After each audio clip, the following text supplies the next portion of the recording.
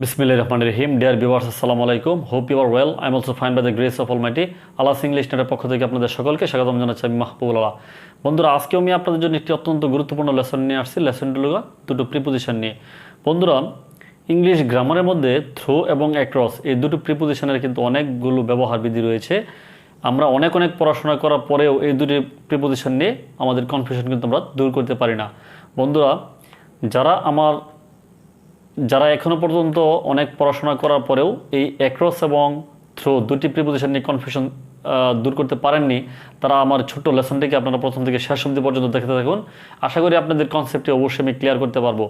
বন্ধুরা, চলুন যে আমরা দেখে নিই যে কোথায় আমরা থ্রো ব্যবহার করব, কোথায় আমরা অ্যাক্রস ব্যবহার করব।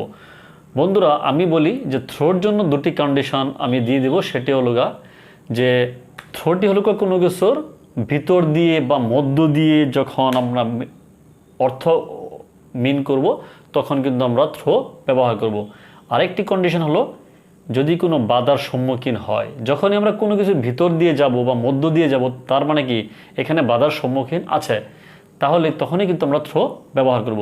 তাহলে দুটি কন্ডিশন, একটি বাধার সম্মুখীন আসবে অথবা কি কোনো কিছুর মধ্য দিয়ে যাবে।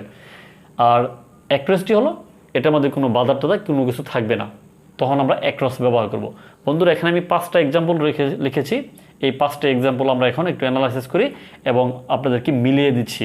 বন্ধুরা, চলুন প্রথম যে এক্সাম্পলটি রয়েছে সেটি হলো, দেখেন, the boy is swimming through or across the river. তাহলে দেখেন বন্ধুরা, এখানে রিভারের মধ্যে একজন সাঁতার কাটছে, সে যে কোনো দিকে মুভমেন্ট করতেছে, এখানে কোনো বাধার সম্মুখীন কোনো কিছু নেই। তাহলে আমরা কি ব্যবহার করতে পারি যে সে কিন্তু ধরেন এটি যদি রিভার হয়, সে কিন্তু মনে করি রিভারটি সাঁতার কাটে এখান দিয়ে যেতে পারছে, এখান দিয়ে যেতে পারছে, এখান দিয়ে যেতে পারছে, কোথাও কোনো বাধার সম্মুখীন নেই। সে যে এক পাশ থেকে আরেক পাশে যখন যাবে তখন কিন্তু যে কোনো প্রান্ত দিয়ে সে কিন্তু যেতে পারছে, তখন কিন্তু আমরা তার এটা স্বাধীন, এখানে কোনো বাধার সম্মুখীন হতে হচ্ছে না। ঠিক আছে, তখন আমরা কি ব্যবহার করব? The boy is swimming across the river. এখন বন্ধুরা, আসলে দ্বিতীয় যে এক্সাম্পলটি রয়েছে সেটি হল the thief entered the room through or across the window. এখন দেখেন, আমি বলছিলাম কি বাধার সম্মুখীন হবে। আমরা জানি যে উইন্ডোর মধ্যে অনেকগুলো লাঠির মতো স্টিকের মতো থাকে, তার মানে কি এখানে একটি বাধার সম্মুখীন হয়। তাহলে দেখেন, এখানে এই জানালা দিয়ে যেই প্রবেশ করুক না কেন, তাহলে যেহেতু বাধার সম্মুখীন হতে হয়, তাহলে অবশ্যই এখানে থ্রো ব্যবহার আমরা করব।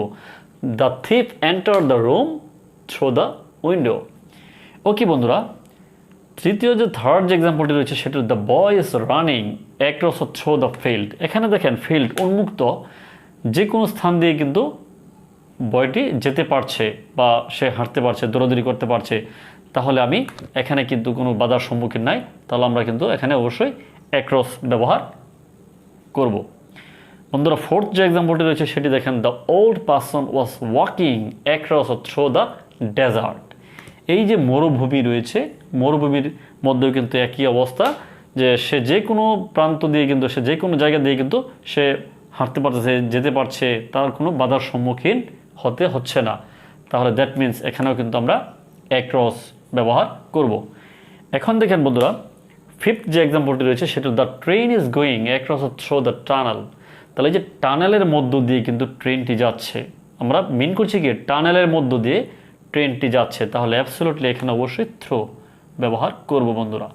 তাহলে আমি যদি আরও একটি এক্সাম্পল যদি বলি, the water is passing through the pipe. That means কি পাইপের মধ্য দিয়ে পানি পাস হচ্ছে, তাহলে এখানে কি হবে? থ্রো। বন্ধুরা, এই ছিল সংক্ষিপ্ত পরিসরে থ্রো এবং অ্যাক্রস নিয়ে আলোচনা। বন্ধুরা, আশা করছি এই সংক্ষিপ্ত লেসন থেকে আপনারা অবশ্যই থ্রো এবং অ্যাক্রসের যে কনফিউশনটি অবশ্যই আপনারা দূর করতে পেরেছেন। বন্ধুরা, আমার এই লেসনটি কেমন লাগলো আপনারা কমেন্টস বক্সে এসে জানাবেন, আর নতুন বন্ধুদেরকে শেয়ার করে দেবেন অবশ্যই ভিডিওটি দেখার জন্য।